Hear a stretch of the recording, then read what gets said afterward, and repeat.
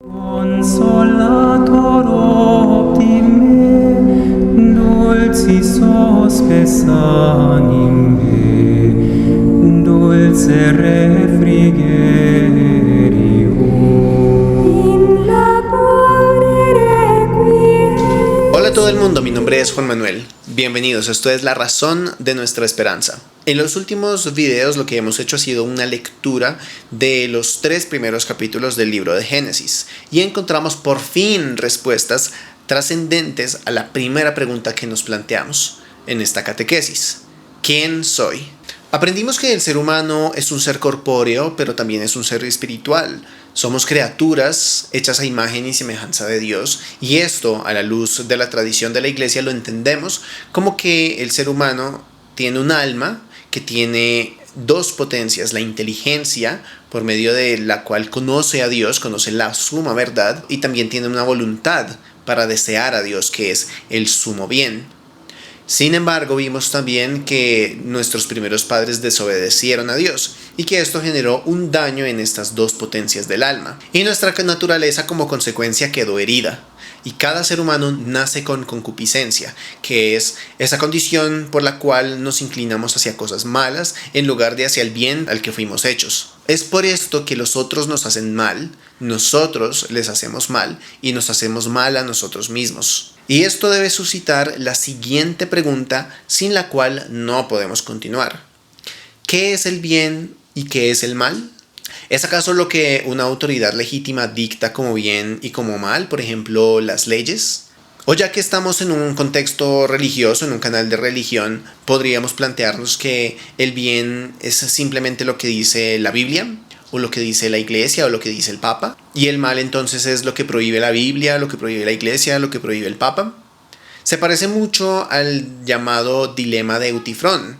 ¿El bien es lo que Dios quiere o Dios lo quiere porque es bien? No hice el experimento, pero estoy seguro de que si salgo a la calle a hacer esta pregunta de qué es el bien y qué es el mal a la calle, a la gente de manera aleatoria, 2 cosas van a pasar. Una, que no voy a obtener una definición sólida, lo suficientemente bien planteada, y esto es muy llamativo porque a pesar de que no podamos dar una definición puntual, los conceptos de bien y el mal son algo sin lo cual no podemos vivir. Y a pesar de que yo no pueda decir el bien es esto y el mal es esto de manera puntual y pormenorizada, tengo una idea, por vaga que sea, del bien y el mal, y esto pues básicamente rige todas las decisiones que tomo. Mi trato con los demás, mi trato conmigo mismo, mis proyectos. Todo el tiempo nos vemos en situaciones que nos obligan a tomar decisiones que van a verse permeadas por nuestro concepto del bien y del mal.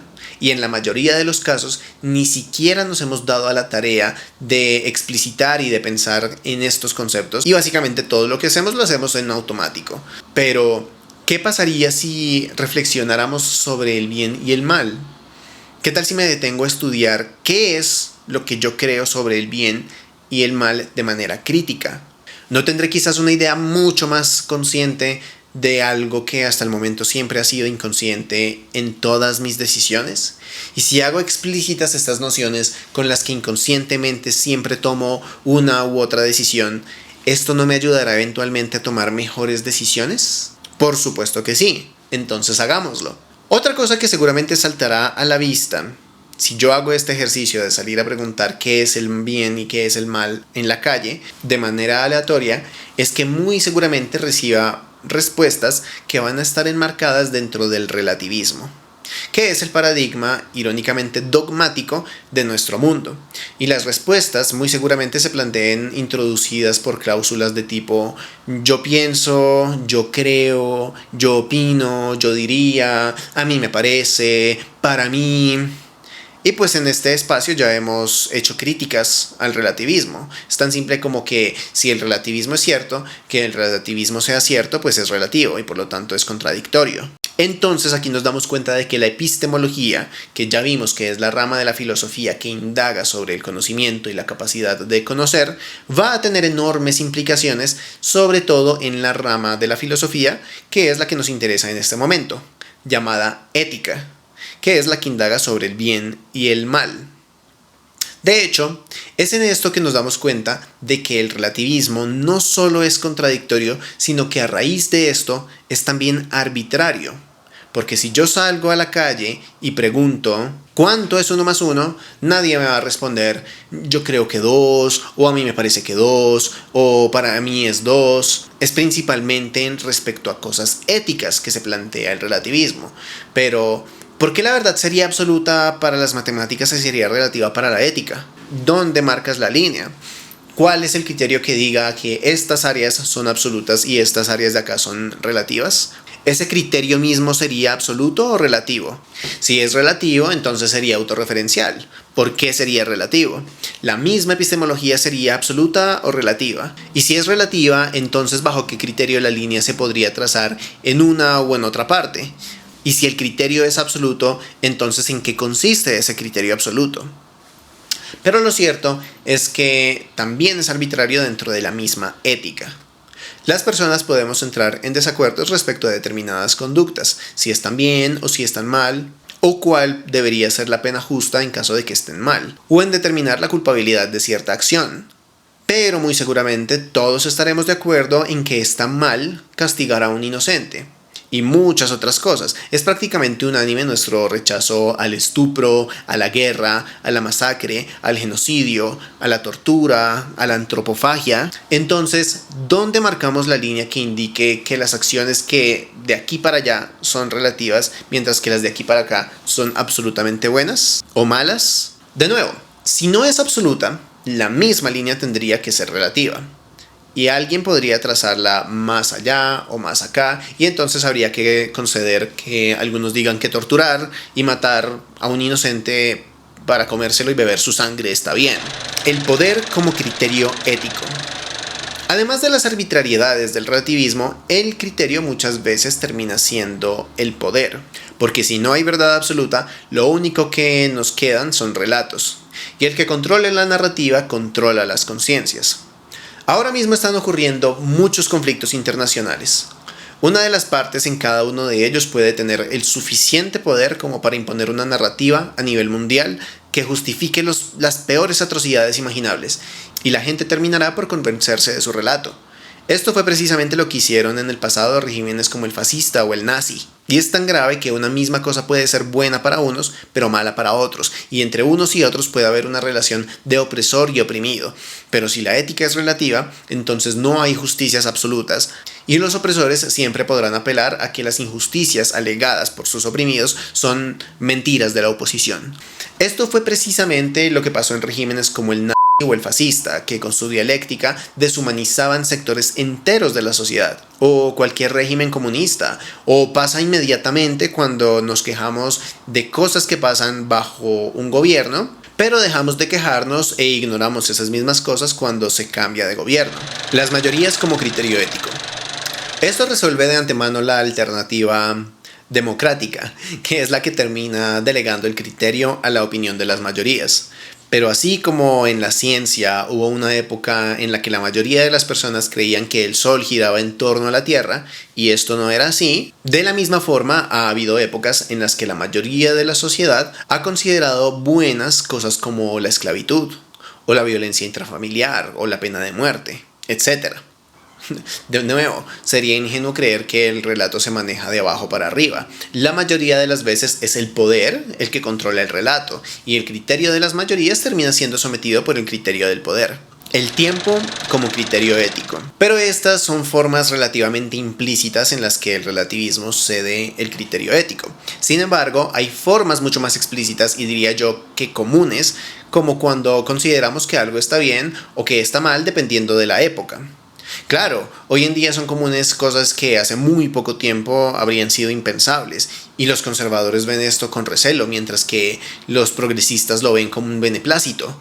Tanto unos como otros son extremos opuestos del mismo vicio: pensar que el bien y el mal dependen de la época. Los conservadores dirán que todo tiempo pasado fue mejor, y los progresistas, al contrario, consideran que el bien y el mal son, así como muchas otras cosas, son meras construcciones sociales, y se asumen a sí mismos como llamados a deconstruirlas. pero a mí personalmente me asombra lo poco reflexivos que resultan ser respecto al hecho de que sin un criterio objetivo, la deconstrucción no es otra cosa sino una reconstrucción, el reemplazo de una construcción por otra. Y muchos basan la mera esperanza de que la nueva construcción sea mejor que la anterior bajo premisas de la dialéctica materialista, de que todo cambio es progreso por el simple hecho de ser cambio. Por eso se llaman progresistas, porque apoyan el progreso sin importar que sea el progreso. Pero esto no pasa de ser una mera suposición. No todo paso hacia adelante es un avance, como el que daría a alguien al filo de un barranco. Y no conocemos el futuro. Evidentemente podríamos estar avanzando hacia la misma boca del abismo. Sin embargo, si el bien y el mal dependen de la concepción del momento histórico, tendríamos necesariamente que asumir que hubo un tiempo en el que los sacrificios humanos estuvieron bien, o que el menosprecio hacia la mujer estuvo bien, o que la esclavitud estuvo bien. Y yo me he topado personalmente con gente que sostiene estas cosas, que efectivamente estas cosas estuvieron bien en su momento, pero que ya no, porque en esta época ya no está bien, y así de simple. Sin embargo, ¿a qué se debe el cambio? En casos como la esclavitud o el machismo, el cambio ocurrió precisamente porque personas dentro de la misma época hicieron un juicio de valor negativo hacia esto, hacia la esclavitud, hacia el machismo, y se luchó porque se diera un cambio. O podría darse el caso contrario, que en el futuro se dé que se vuelva común asesinar a los más indefensos de nuestra sociedad, a los enfermos, a los ancianos, a los bebés, y entonces estaría bien simplemente porque esa es la época. Recordemos que esto no es solamente un caso hipotético, sino que esto pasó. El Tercer Reich lo hizo, retirando el reconocimiento jurídico de los judíos como personas. Ética libertaria. ¿Qué tal si proponemos un criterio lo más amplio posible? Después de todo, si el bien y el mal son cuestiones que tocan nuestra libertad, ¿qué tal si la tomamos como el punto de partida de la definición de lo que es el bien y el mal? Ese es el planteamiento de la ética liberal libertaria, que propone una ética de mínimos. La coerción es mala, la libertad es buena. Entonces, todo lo que yo haga de manera libre y sin ser obligado va a ser bueno, siempre y cuando yo respete a la vez la libertad de los demás. Esta idea es el adagio popular de que mi libertad termina donde comienza la libertad del otro. Y pues no es de extrañarnos, este es el modelo ético del sistema capitalista, liberal, libertario. El respeto irrestricto al proyecto de vida del prójimo. Yo vivo y dejo vivir. Yo no me meto con nadie, nadie se mete conmigo. Y claro, la idea de que mi libertad termina donde comienza la libertad del prójimo suena muy bonito. Y lo sería si la libertad fuera como una esfera que nos rodea a cada uno y las esferas de cada uno fueran todas del mismo diámetro, del mismo radio, del mismo tamaño, pero no es así. Hay esferas más grandes, hay esferas más pequeñas, hay personas más libres que otras. Si una persona tiene dinero, tiene más libertad que una persona que no lo tiene. Puede incluso comprar la poca libertad de la otra persona. Y la persona sin dinero estaría dispuesta a hacer cosas a cambio de ese dinero que de tenerlo en principio no haría. La línea del consentimiento realmente es muy delgada y como sociedad yo creo que ya venimos dándonos cuenta de eso de un tiempo para acá.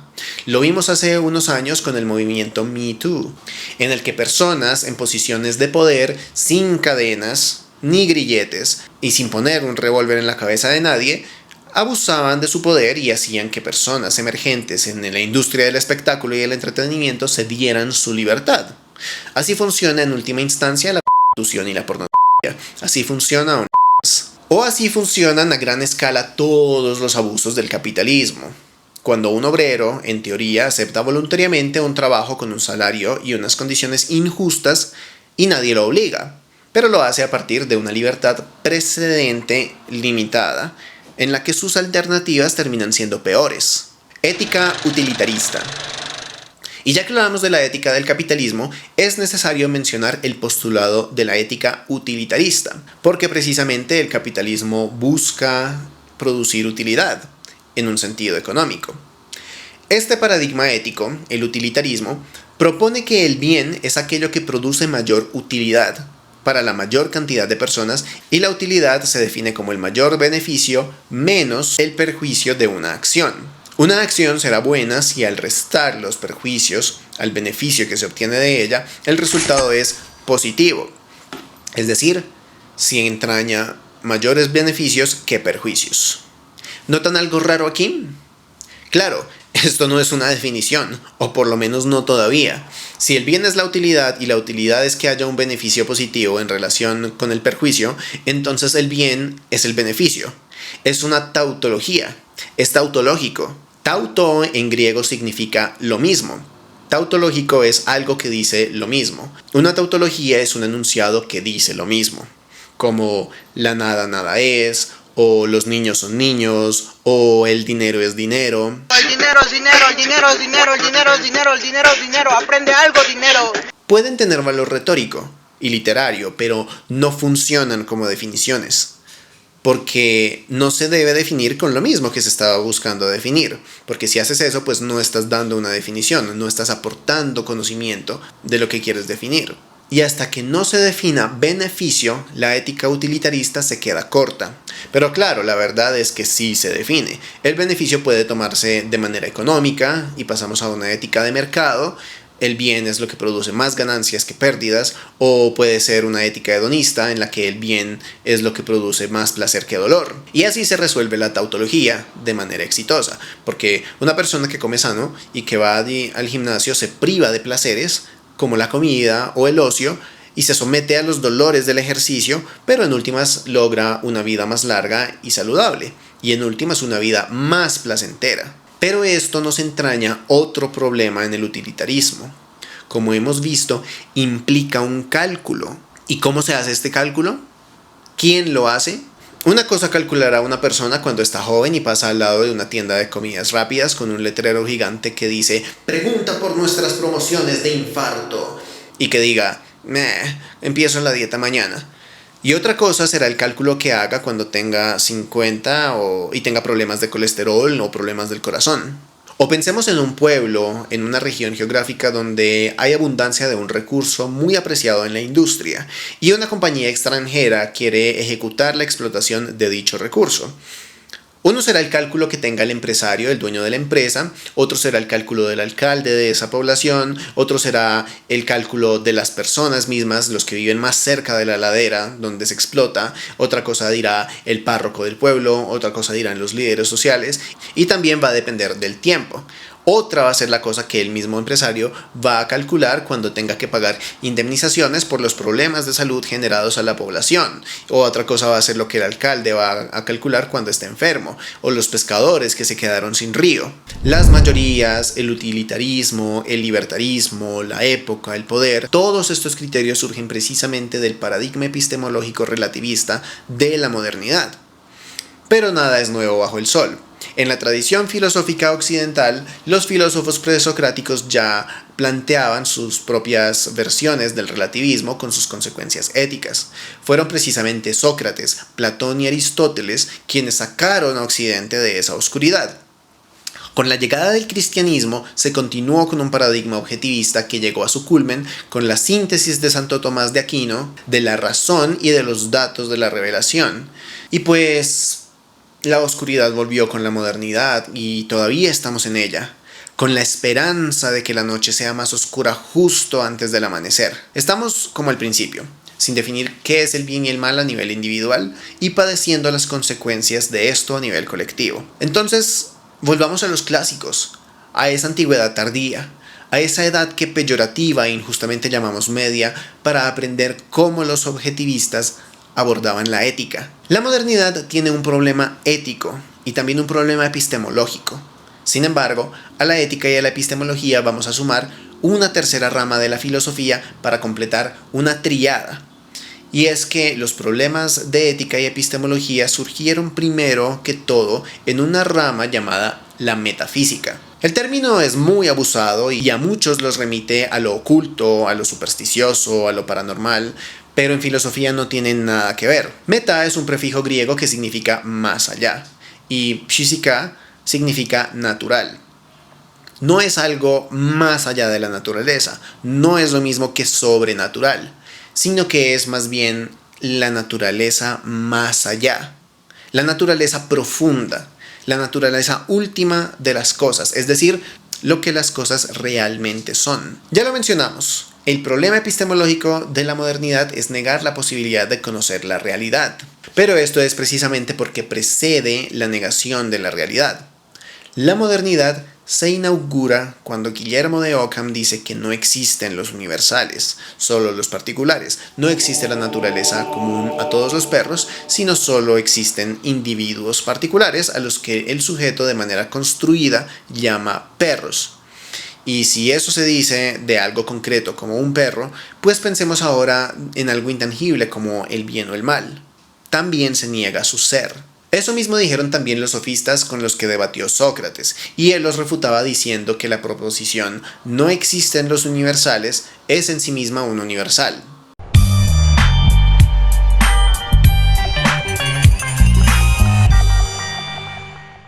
Y claro, la dificultad de los sofistas no era principalmente por objetos tangibles como los perros, sino por cosas como la justicia, la virtud, la piedad, entre otros. Y si bien dijimos que Sócrates, Platón y Aristóteles fueron los que resolvieron en su momento el planteamiento relativista, cada uno lo hizo a su manera. Sócrates apenas llegó a plantear una solución, pero se considera que fue Platón el que le dio forma a una solución que se denomina el mundo de las ideas. Según Platón, las cosas sí existen y no son constructos de la mente, pero son apenas copias de un modelo único y perfecto que se encuentra en un mundo superior por encima de la luna. Aquí debajo de la luna hay perros, pero encima de la luna está el perro. Y lo mismo con cosas intangibles. Acá abajo puede haber actos como darle a cada quien lo que corresponde. Pero esto se corresponde con un modelo perfecto que está allá arriba de lo que es la justicia. A estos modelos perfectos se les denominó ideas. Aristóteles, que fue discípulo de Platón y que era un tipo mucho más aterrizado, se pilló que la teoría de Platón tenía un par de problemas. El principal era que resultaba totalmente especulativo. ¿Qué demostración o motivo tenemos para creer en la existencia de dichas ideas? ¿Quién nos garantiza que por encima de la luna está este mundo con las ideas? No hay una explicación de esto, es simplemente una teoría. Y como teoría lo que hace es multiplicar los fenómenos que quiere explicar. Pues las ideas del mundo de las ideas serían precisamente ideas particulares. ¿Y qué pasa con la idea de idea? ¿Acaso hay un mundo por encima del mundo de las ideas en el que está la idea de idea? Pero la idea no sería en sí misma una idea, por lo tanto, pues sería un particular dentro de las mismas ideas.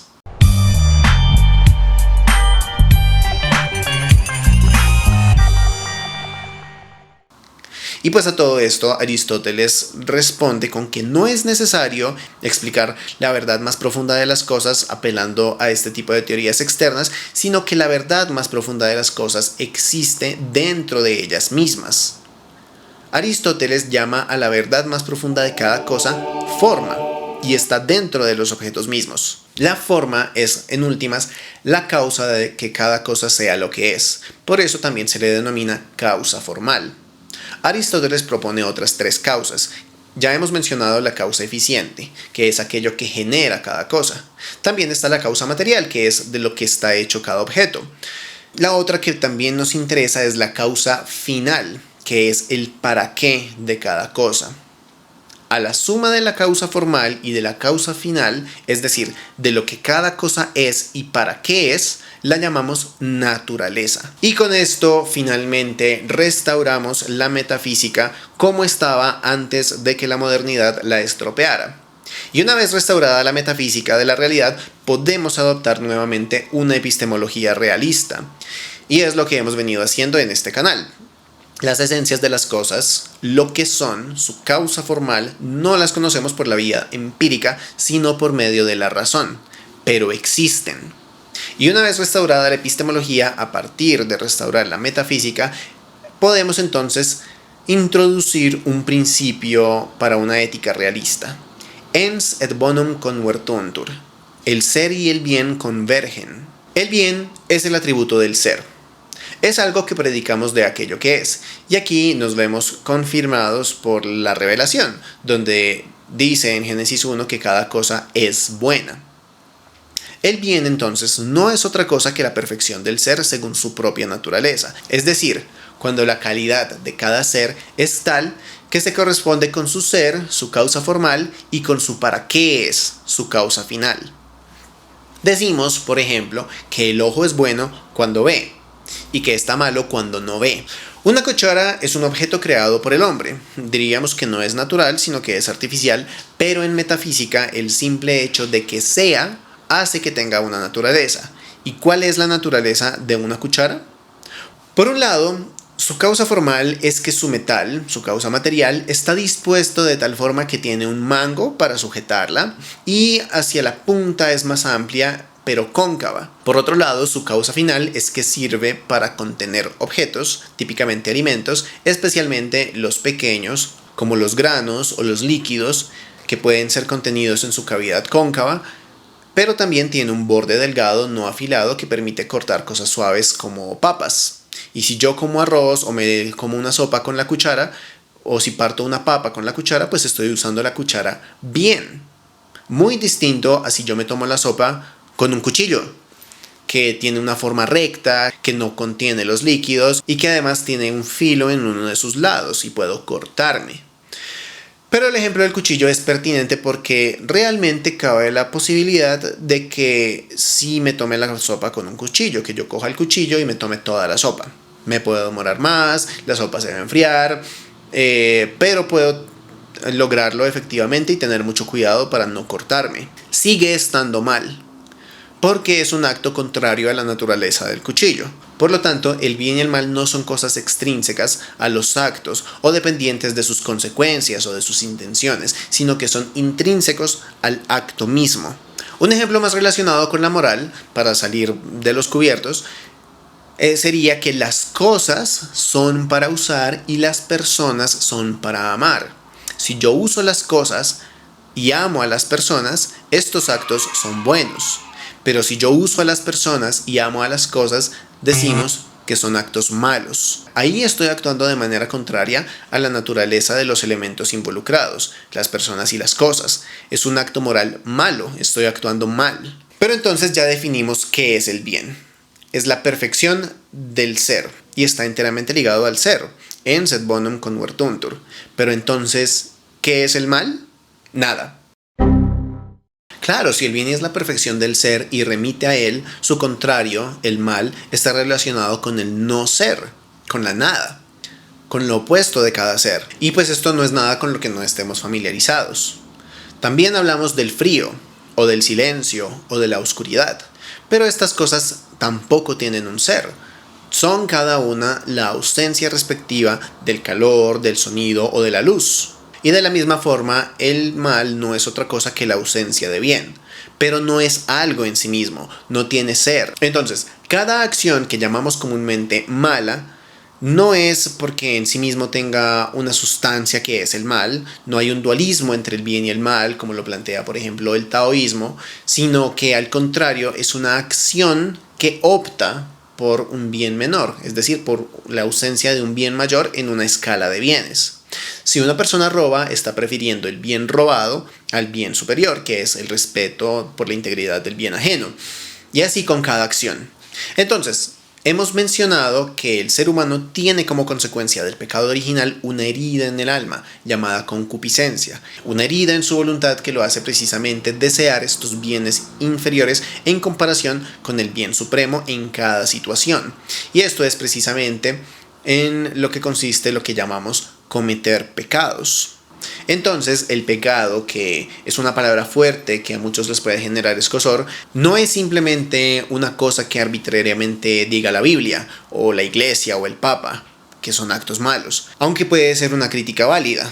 Lo que a mi parecer no es tan válido es sostener esto mismo, no respecto al Papa, sino a cualquier otra autoridad, llámese Congreso de la República, Corte Constitucional, Corte Internacional de Justicia o la ONU, cuya autoridad pues nadie cuestiona y la gente sí asume como bueno o malo lo que éstas dictaminan. Ya vimos que esta idea de que nada precede a la ley creada por el hombre y que ésta se sostiene a sí misma es básicamente el sustento del nazismo o de la esclavitud de la que ya hemos hablado. A esta idea se le llama iuspositivismo o derecho positivo, que que no tiene nada de positivo en el sentido de bueno, sino que se llama así por positum, que significa puesto. Sería básicamente que la ley está puesta por el arbitrio de la ley humana. Pero también existe un positivismo religioso, que es lo mismo, solo que no con la ley humana, sino con la ley divina.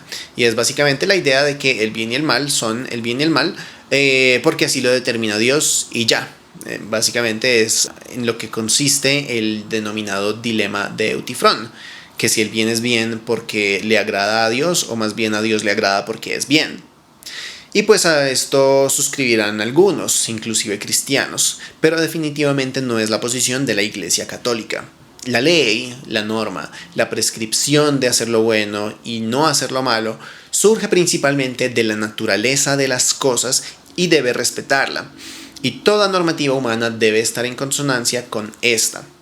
Hablamos entonces de un derecho natural o jus naturalismo, que sí es obra de Dios, pero que no se expresa de una manera arbitraria en el capricho de Dios, sino que la descubrimos de manera racional en la naturaleza misma, por medio de su estudio, de qué son las cosas y para qué son, y que está al alcance de todos. En este sentido, las acciones buenas que debemos procurar y las malas o los pecados que debemos evitar no son meras prescripciones arbitrarias como podríamos llegar a encontrar en otras religiones. Lo que está mal no está mal porque lo diga la Biblia o la Iglesia, sino que está mal y por eso es que lo dicen la Biblia y la Iglesia.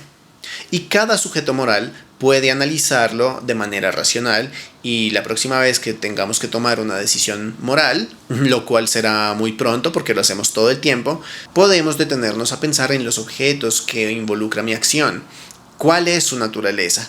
¿Qué son y para qué son? Y cómo mi acción es o no es acorde a la perfección del ser de cada uno.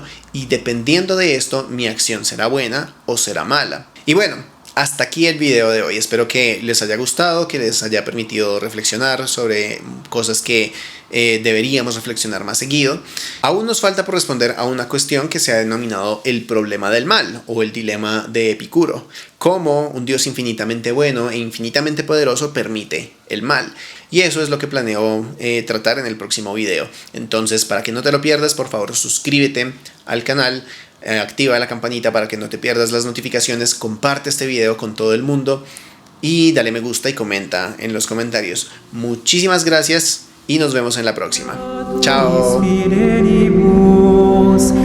te confidentibus, sacrum septenario. Da virtutis